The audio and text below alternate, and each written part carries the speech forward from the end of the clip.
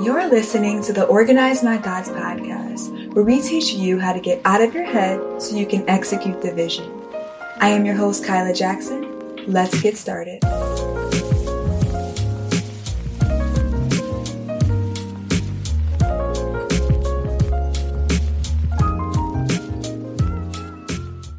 Hello, family, and welcome back to another episode of the Organize My Thoughts podcast. I am your host, Kylia Jackson. I'm an execution strategist helping you to get out of your head and find your focus so you can execute your business ideas. In today's episode, we're going to be talking about how to decide on which idea to focus on first. So if you are one of those people who just feels like you get so many ideas that you get either overwhelmed or distracted, or you're someone who knows that you want to be walking in your purpose and executing your divine assignments, but it seems like every idea is a good idea and it's hard to distinguish between which one is a priority. Everything seems urgent and exciting. If you can relate to any of those things, then definitely stay tuned to this episode as I really walk you through how to prioritize these things, how to identify your focus so you can start executing confidently and without distractions. Now, throughout this episode, you will hear me mention a free resource, and it's called the Identifying Your Focus worksheet. And this worksheet will actually summarize the tips and the strategy that I'm going to give you today so you can take it back in your own time and go ahead and complete it. So you can click the link in the show notes to get that. Okay, so now that we've gotten those things out of the way, let's go ahead and jump into the actual episode. Now, I just want to start off by saying that there's nothing wrong with having too many ideas. I talk to a lot of people and it seems like there's this shame that they feel when they are trying to express, all the different things that they're interested in, because we live in a world that will typically tell you to focus on one particular thing for the rest of your life or to have one career path and never deviate from it. And sometimes it can be discouraging if you are someone who is constantly coming up with just new things to implement because people really don't understand. So I just wanted to affirm you guys and say that having too many ideas does not mean that you are all over the place. God didn't call everyone to be a specialist. Some of us He called to be multifaceted creatives, and that's completely fine. The beauty about walking in our purpose is that purpose is not just a one-stop destination. There are many assignments that God will have you to execute along your purpose journey, which means that each one of your ideas has a dedicated time and season.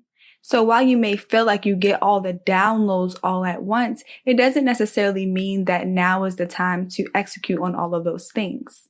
I remember being so frustrated in the beginning of my journey because I was one of those people who felt like, okay, I could do this thing, I could do this, but I could also do this. And all of them sounded like good ideas. And I remember I was trying to pursue all of them at the same time. And what happened was I was just kind of watering each one of these seeds, and they weren't really fully developing because I didn't have the focus to be able to tend to one to full completion.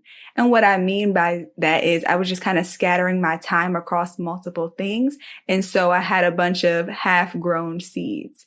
And what I realized was that I needed to get a strategy to be able to intentionally choose, okay, which one of these ideas is a priority for me in this season? And what resources do I need to apply to go ahead and make sure that this seed is fully developed? And then I can go back to God and say, okay, now where do I need to pivot my attention? And like I said, I'm going to give you guys the strategy to do that today. And one of the first things that you have to do when you're trying to figure out which idea to execute on first is to sit down with God. Now, a lot of people get kind of frustrated because they either feel like they can't hear from God, or maybe you have a hard time sitting still in God's presence, or maybe you don't even know the right questions to ask when you're sitting still and waiting on God to give you direction. And I totally get it. There are so many factors that go into actually hearing from God and trusting the direction that He's given you.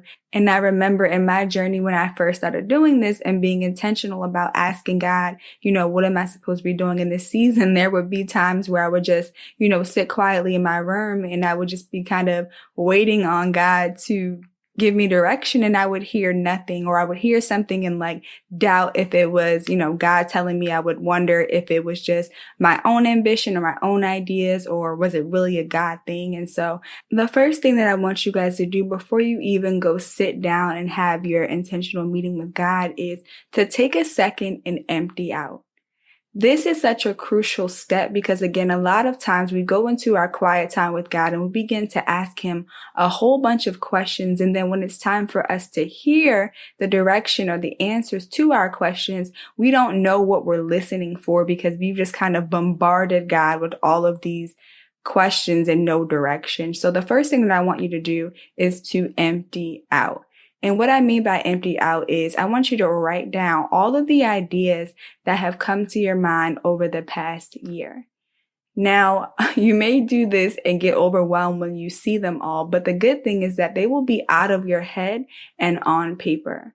A lot of times it's hard for people to find their focus because they are running off of this mental to-do list, this mental storage. And if you think about how many things that we do during a day, I know there was one statistic that said we had about 6,000 thoughts a day. It's easy for you to get confused with all the ideas that are just bouncing around in your mind. So it's really important that you take some time and to empty these things out on a sheet of paper. And when you do this, I want you to do this without the expectation of trying to figure out a plan to execute them all. Just focus on, I need to get all of these things from out of my head and onto paper. That should be your only intention when you're doing this first step. Now, the next step that I want you to take is to set a time to have a strategy meeting with God. God is the ultimate strategist. He's the one that's going to lead you, guide you. He's the one who has written out your whole story. So he knows everything that you need to be doing. And so the reason why I want you to take some time and actually set a date and a time to sit with God is so that you can prepare yourself to have a moment of focus.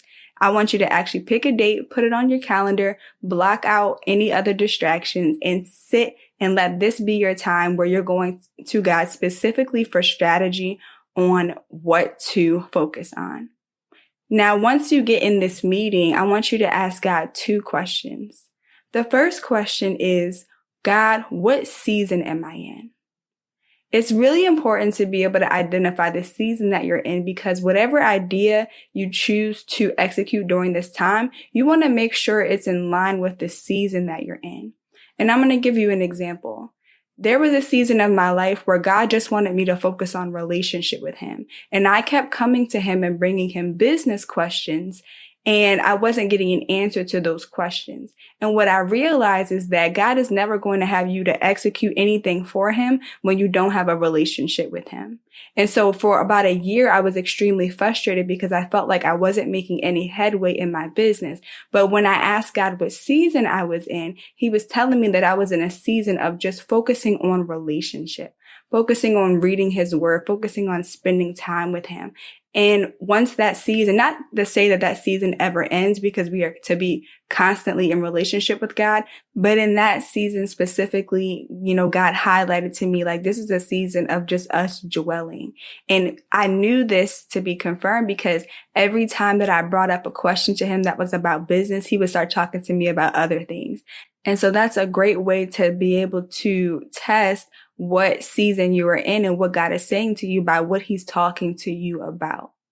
Now, the next question that I want you to ask God is, what is your priority? So again, your priorities are going to be different in different seasons. And so it's really important for you to be able to identify not only what season you're in, but what is the priority in this season. And so let me give you an example. Now, I'm a person who has a bunch of different interests outside of business, marketing, and of course, the work that I do with helping people to execute their divine ideas.